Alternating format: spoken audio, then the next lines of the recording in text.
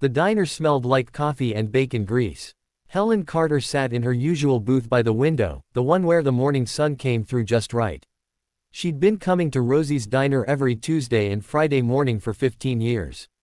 Ever since her husband passed. It gave her something to look forward to. A reason to get dressed. A place to see friendly faces. She was 72. Small. Maybe 5'2" and 100 pounds soaking wet. She wore a floral dress and her church hat even though it was Friday. Her hands, weathered from decades of working as a seamstress, carefully buttered her toast. More coffee, Miss Helen. Rosie herself came by with the pot. Italian woman in her 60s who'd run this place since the 80s. Thank you, dear. Helen held up her cup with a smile. You doing okay today? You seem a little tired. Just didn't sleep well. My son's coming home today. Navy. He's been overseas for 8 months. The SEAL. Michael. Yes, ma'am. My baby. Helen's face lit up. Well, he's 35 now, but he'll always be my baby. His flight lands at 2. I'm meeting him at the airport. That's wonderful, Miss Helen. Tell him we said thank you for his service. Helen went back to her breakfast, reading the newspaper she'd brought. The diner was moderately busy. Regulars mostly. A few truckers passing through. The morning crowd. The door chimed. Helen didn't look up. Heavy footsteps. Someone large walking with the kind of swagger that took up more space than necessary. Yo, Rosie. Coffee. Black. And make it quick. Helen glanced up. A white man, maybe 40, heavily built, with a shaved head and neck tattoos creeping above his collar. He wore a leather vest over a stained t-shirt. He dropped into a booth near Helen with enough force to make the seat groan. Rosie approached with coffee. Here you go. About time. He didn't say thank you. Helen returned to her paper. She'd learned long ago to ignore rude people. The world was full of them. What's good here? The man called out loudly. Everything, Rosie said. Menu's right there. I can't read this small print. Just bring me eggs, bacon, hash browns, white toast. He slapped the menu down. How do you want your eggs? I don't care. Cooked. Just do it. Rosie took the order back to the kitchen. Helen sipped her coffee, trying to focus on an article about the community garden. Hey, lady. Helen looked up. The man was staring at her.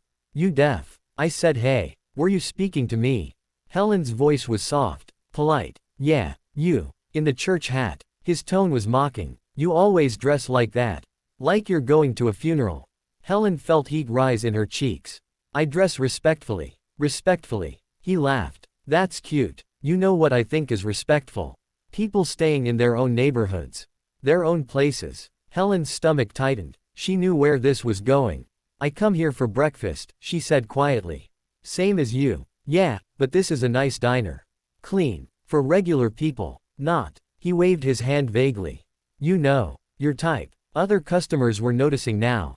The conversation's quieting. People looking over. My type. Helen set down her cup carefully.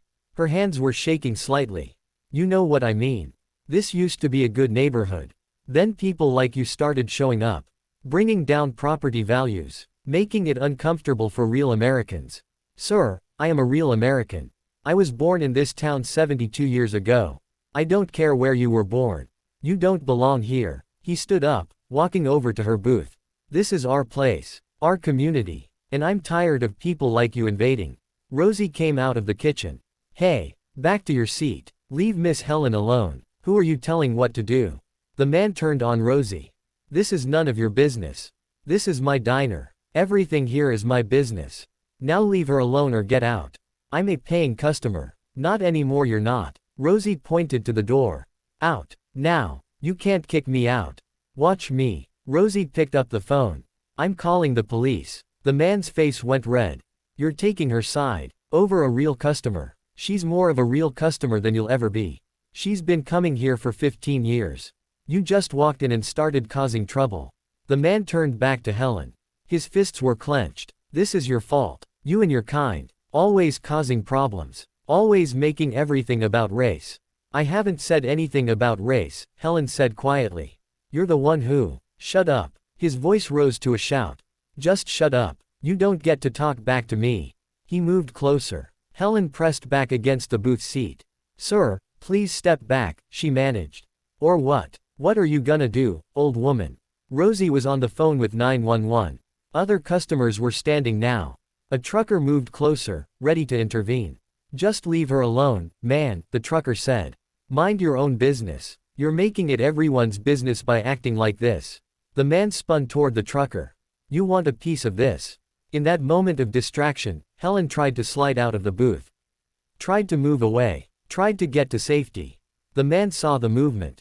Turned back. And slapped her. Hard. Across the face. With enough force to knock her church hat off. Helen fell against the booth.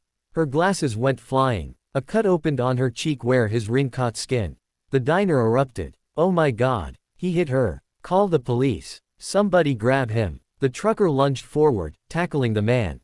They crashed into a table. Plates shattered. Rosie ran to Helen. "Miss Helen, are you okay? Don't move, honey. Don't move." Helen's face was already swelling. Blood trickled from the cut on her cheek. She was stunned, disoriented. In her 72 years, no one had ever hit her before. "My glasses," she whispered.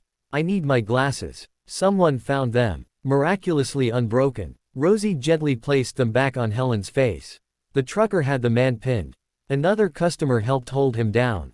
"Let me go. She had it coming. Shut up." The trucker growled. "Just shut up before I do something I'll regret." Police sirens wailed in the distance. Getting closer. Rosie pressed napkins to Helen's bleeding cheek. "Ambulance is coming, honey. Just hold on. I need to call my son," Helen said. "He's coming home today. I need to tell him I'll be late. Don't worry about that now.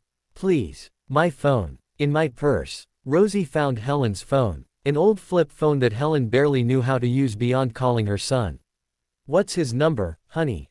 Helen recited it. Rosie dialed. It rang 3 times. Then a voice answered. Deep. Calm. The voice of someone trained to stay cool in chaos.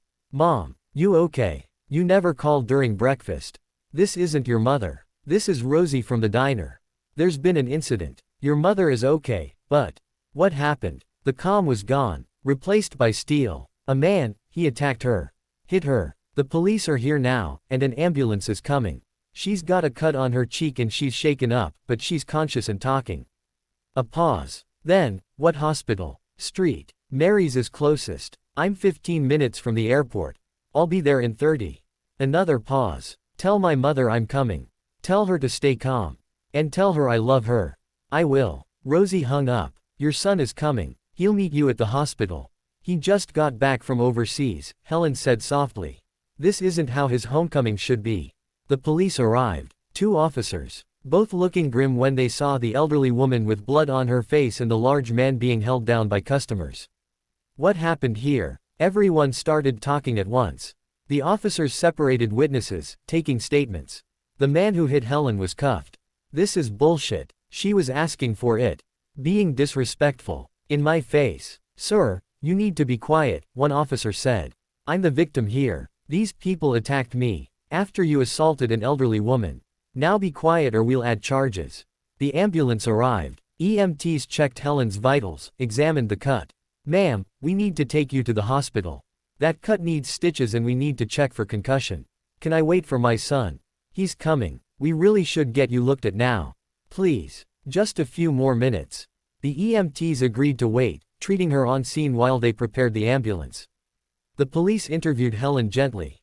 She told them everything. The man's comments. His escalation. The slap. "Miss Carter, did you do anything to provoke this attack?" "She didn't do nothing." Rosie snapped. She was sitting there reading the paper. "That man came in looking for trouble." The officer held up his hands. "I'm just asking standard questions, ma'am. I'm not accusing Miss Carter of anything." Multiple witnesses confirmed Helen's account. The man's racist comments. His aggression. His unprovoked attack. "All right, this is pretty clear-cut," the officer said. "Assault and battery. Hate crime enhancements. Plus whatever else the DA wants to add." The man in cuffs started yelling again about injustice and how the system was rigged and how he was being persecuted for being white. The officers loaded him into the patrol car, still shouting. 28 minutes after the call, a black sedan pulled up outside the diner. Moving fast. Parking at an angle. A man emerged. 6'3", muscular, black, with the kind of bearing that made people instinctively step aside.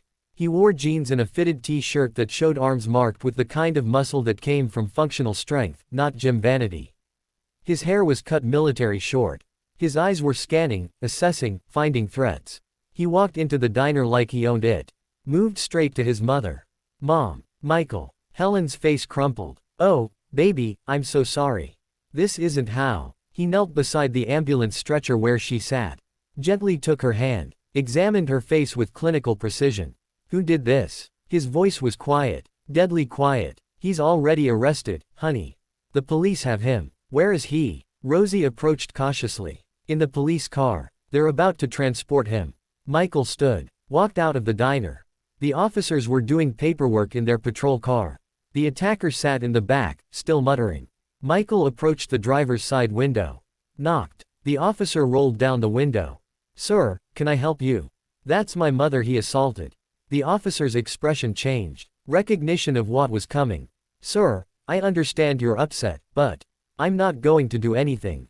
I just want to see him." The officer hesitated, then nodded. 30 seconds. Michael walked to the back window. The attacker looked up, saw him, and his eyes widened. "Remember my face," Michael said quietly. "Because I'm going to be at every court date. Every hearing. Every parole board meeting for the rest of your life. You touched my mother. That was the biggest mistake you'll ever make." "Your mother?" The man's voice cracked. That old lady is your mother. That old lady is Helen Carter. She's a seamstress who worked 60-hour weeks to raise me alone after my father died. She'd put me through school. She taught me respect and dignity and honor. And you put your hands on her." The man was pale now. "I didn't know." "Didn't know what?" "That she had a son who could make your life hell." "Would it have been okay to hit her if she didn't? If she was just a defenseless elderly woman with no one to stand up for her?" No answer. "I'm a Navy SEAL," Michael continued in that same quiet, lethal voice. "I've spent 15 years serving this country. Fighting people who actually deserve violence. But you're just a bully. A coward who hits old ladies in diners because you're too weak to face someone your own size. Man, I'm sorry. You're sorry you got caught. Sorry there are consequences. But you're not sorry for what you did." Michael leaned closer. "Here's what's going to happen. You're going to prison. Not just county jail. Prison. And when you get there, everyone's going to know what you did. Everyone's going to know you're a woman beater. A man who assaults 72-year-old grandmothers." He straightened up. "Enjoy that reputation. Enjoy looking over your shoulder every day. Because that's your life now." Michael walked back into the diner without looking back. The attacker sat in the police car, suddenly understanding the magnitude of what he'd done. Inside, Michael returned to his mother. The EMTs were ready to transport. "Sir, you can follow us to the hospital. I'm riding with her." "That's against." Michael just looked at them. The look of someone who'd stared down terrorists and warlords. Who'd made life or death decisions in combat zones. "I'm riding with my mother." The EMTs exchanged glances. "Okay. Come on." At the hospital, Helen got 7 stitches. No concussion, thankfully, but significant bruising. The doctor wanted to keep her overnight for observation given her age. Michael sat beside her bed, holding her hand, looking like he might shatter something. "Baby, I'm okay," Helen said softly. "You shouldn't have to be just okay, Mom. You should be safe. You should be able to eat breakfast without some racist asshole putting his hands on you." "Michael, language. Mom, he hit you." "I know. I was there." Helen squeezed his hand. "But I'm all right. And you being here, that's all that matters. I waited so long for you to come home. This is not the homecoming I wanted. It's not the one I wanted either. But we're together now. That's what counts." Michael's phone buzzed. He looked at it. "That's Commander Price." He heard what happened.